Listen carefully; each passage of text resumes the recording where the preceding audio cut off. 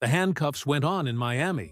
No warning, no press conference, no coordinated statement through his legal team. Just U.S. Marshals, a federal warrant, and two men, Andrew Tate and his brother Tristan, taken into custody on a morning that cut through every carefully constructed narrative they had spent years building. The warrant wasn't American.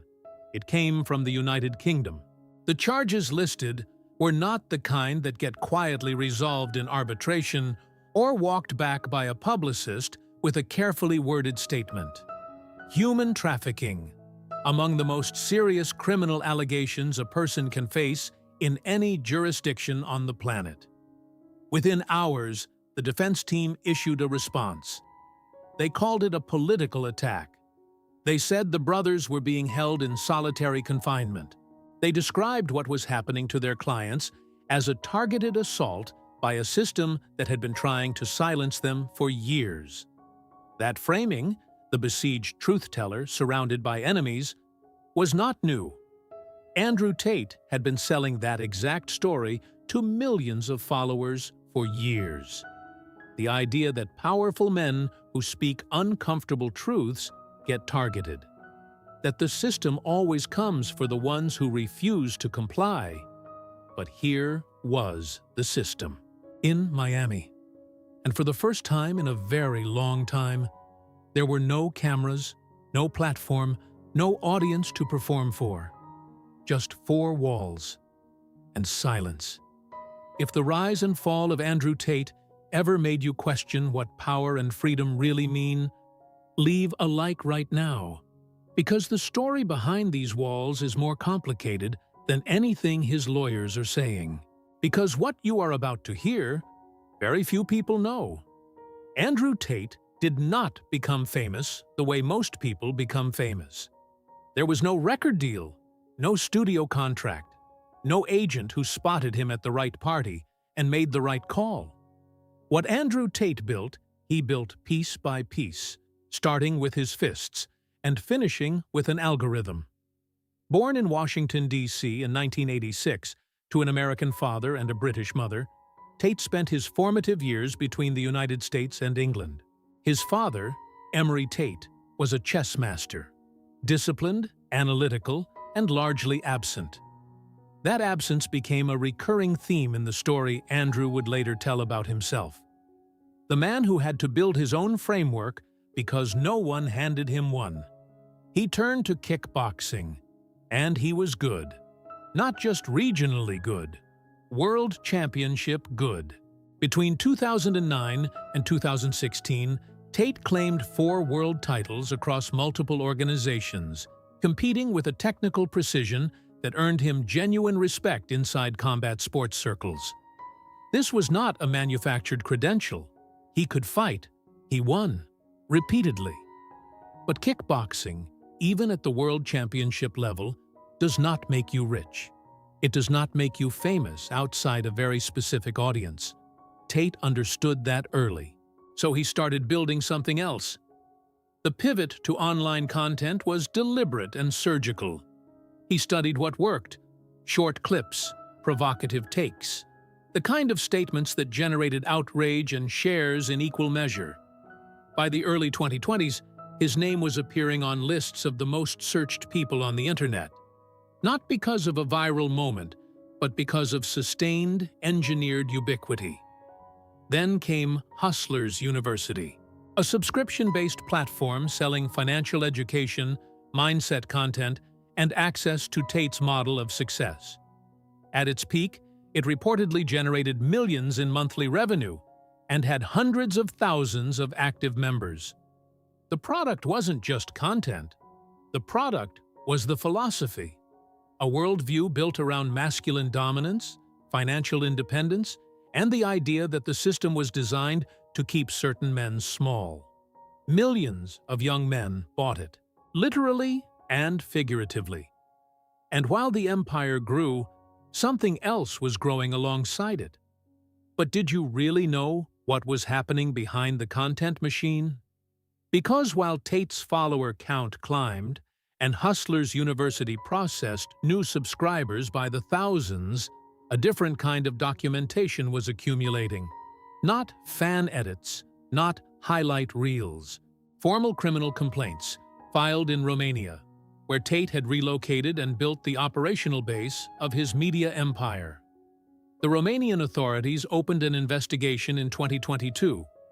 The allegations were serious: human trafficking, rape, forming an organized criminal group. Tate and his brother Tristan denied everything.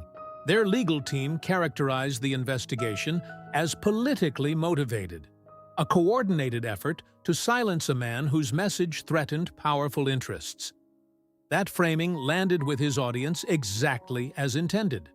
To millions of followers who had already internalized the Tate worldview, that systems target men who tell uncomfortable truths, the Romanian investigation wasn't evidence of wrongdoing. It was confirmation of the narrative. The charges didn't damage his credibility inside that ecosystem. They reinforced it. His platforms were banned: Twitter, Instagram, YouTube, TikTok, a coordinated removal that Tate described publicly as censorship. His supporters described it the same way. And the bans, paradoxically, amplified his reach. Every removal generated coverage. Every removal was content. He spent months in Romanian detention. He was released. Legal proceedings moved at the pace legal proceedings move. Slowly, grinding, without the dramatic resolution that either side wanted. Through all of it, the narrative held. The machine kept running. The followers kept watching. But the Miami arrest was different. This wasn't Romania. This wasn't a jurisdiction where his legal team had spent years navigating the terrain. This was a U.S. Marshals operation, a British extradition warrant, and a set of charges that would now travel with him across an ocean, into a courtroom where the audience doesn't vote, and the algorithm doesn't matter. What happens to a man whose entire identity was built on the idea that he cannot be contained, when containment becomes total? Here is what most people missed while they were debating whether Andrew Tate was a hero or a villain. The most valuable thing he ever sold wasn't a kickboxing highlight reel. It wasn't a module inside Hustlers University about cryptocurrency or copywriting. It wasn't even access to his lifestyle. The cars, the cigars, the Romanian compounds photographed from angles designed to communicate scale and dominance. The most valuable product Andrew Tate ever created was a narrative framework, a closed system of interpretation where every attack confirmed the thesis, every accusation became evidence of persecution, and every institutional action against him — ban, arrest, charge, extradition warrant — was absorbed into the story and repackaged as proof that he was right all along. This is not a small thing. This is architecture. The Romanian investigation didn't break his following. It fed it. The platform bans didn't silence him. They became the content. His detention in Bucharest generated more engagement than most of his voluntary posts ever had. The machinery was designed, whether consciously or through years of instinct, to convert opposition into fuel. His followers weren't just consuming content. They were participants in a belief system that had been built to be unfalsifiable. Any evidence against Tate was reframed as evidence for him. Any institution that moved against him became, by definition, one of the forces he had warned them about. That is not influence. That is something more durable and more dangerous than influence. And the Miami arrest tested it at scale.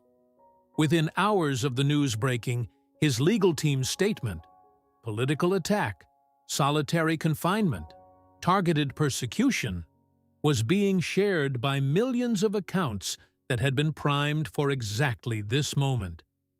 The infrastructure was already in place. The audience already knew their role.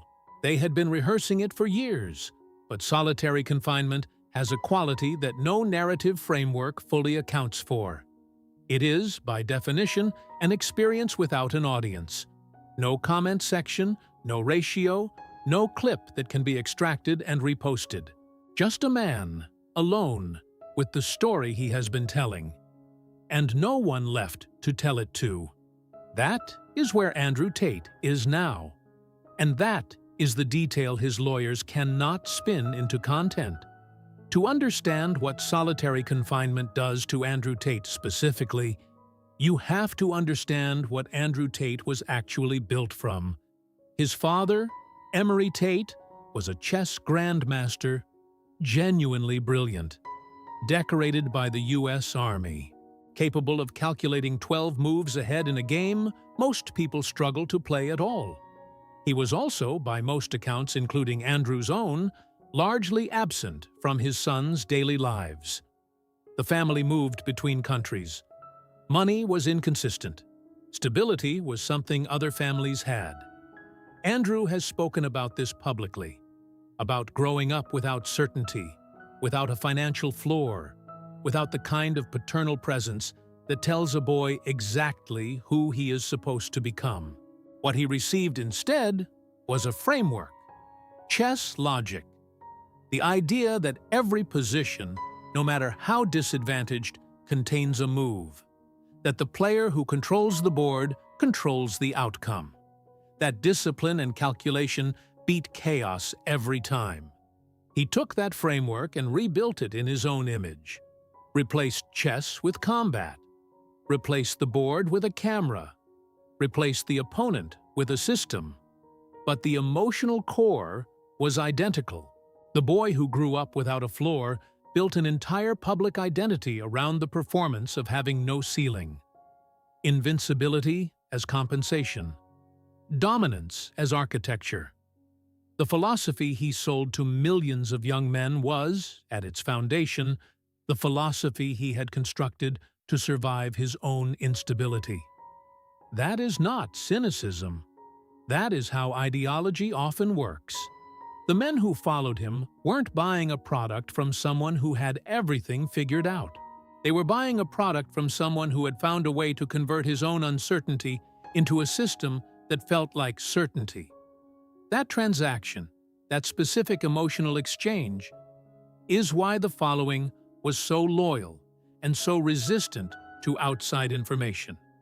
He wasn't selling success. He was selling the feeling of ground beneath your feet.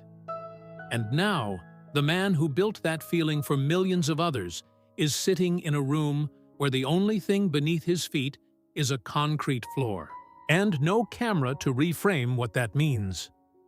The extradition request from the United Kingdom arrived with a specificity that the Romanian proceedings never quite had.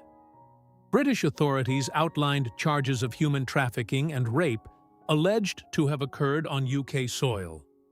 These were not administrative complications or jurisdictional gray areas. They were formal criminal allegations filed by a government with an established extradition treaty with the United States, moving through channels that do not respond to social media pressure or follower counts. The U.S. Marshals don't negotiate with content creators. Tate's legal team moved quickly. They filed challenges. They issued statements. They described the solitary confinement conditions as inhumane, as a violation of their clients' rights, as yet another chapter in the coordinated political campaign they had been documenting for years. The language was sharp, and the filings were real. But here is what was also real. Every previous legal escalation in Tate's story had eventually produced a moment of release. Physical, legal, or narrative. Romanian detention ended. Bans generated backlash. Court proceedings stalled. And in each of those gaps, Tate emerged, cameras ready, to convert the ordeal into content and the content into revenue. Miami closed that gap. Solitary confinement, by design, removes the variable that Tate's entire operation depended on, the ability to shape the story in real time. There is no interview from a cell in federal custody. There is no Instagram post, no Rumble stream, No X thread dictated through a lawyer, and published with strategic timing. The man who built a global empire on the principle that presence equals power was, for the first time, fully and completely absent. And absence, for someone whose identity is built entirely on volume and visibility, is not a neutral condition. It is the specific consequence that the philosophy never prepared anyone for. He taught millions of men that the right mindset, the right discipline, the right refusal to be contained would protect them from exactly this kind of outcome. That systems could be outmaneuvered. That narrative was armor. 4 walls and a federal hold order do not negotiate with narrative. The empire is still running. The followers are still posting. The legal team is still filing. But the man at the center of it all is sitting in a room designed specifically to eliminate everything his identity was built on: noise, performance, audience, and the daily renewal of a story that only works when someone is there to tell it. Here is the question that solitary confinement poses, not as metaphor, but as literal condition. When a man spends years building a philosophy around the idea that strong men cannot be contained, and then a system contains him completely, what happens to everyone who bought the philosophy? The followers are still there. The content is still circulating. The revenue model is still operational. The narrative of political persecution is being maintained and amplified by people who were trained over years of content consumption to treat every attack as confirmation. The architecture Tate built is resilient precisely because it was designed to function without him at the center. But resilience is not the same as truth. Andrew Tate has not been convicted. The charges against him are allegations, formal, serious, and active, but allegations. His lawyers are doing what lawyers do. The legal process will move at the pace legal processes move. Nothing in this story has reached a verdict. What has reached a conclusion, at least temporarily, is the performance. The man who told millions of young men that freedom was a mindset, that no system could hold someone who thought correctly, that the walls only close in on people who let them, that man is currently in a room where the walls are not a metaphor. They are concrete. They are measured in feet, and they do not care about the philosophy. That is not a judgment. It is not a verdict. It is simply the most honest thing that has happened in this entire story. A moment where the distance between what Andrew Tate said the world was and what the world actually is became impossible to paper over with content. What you do with that gap is your call. Drop your thoughts in the comments below. Because the debate over what Andrew Tate's story actually means is already happening everywhere, and we want to know exactly where you stand. Like and subscribe if this made you think, because we have more real stories behind the headlines coming every single week.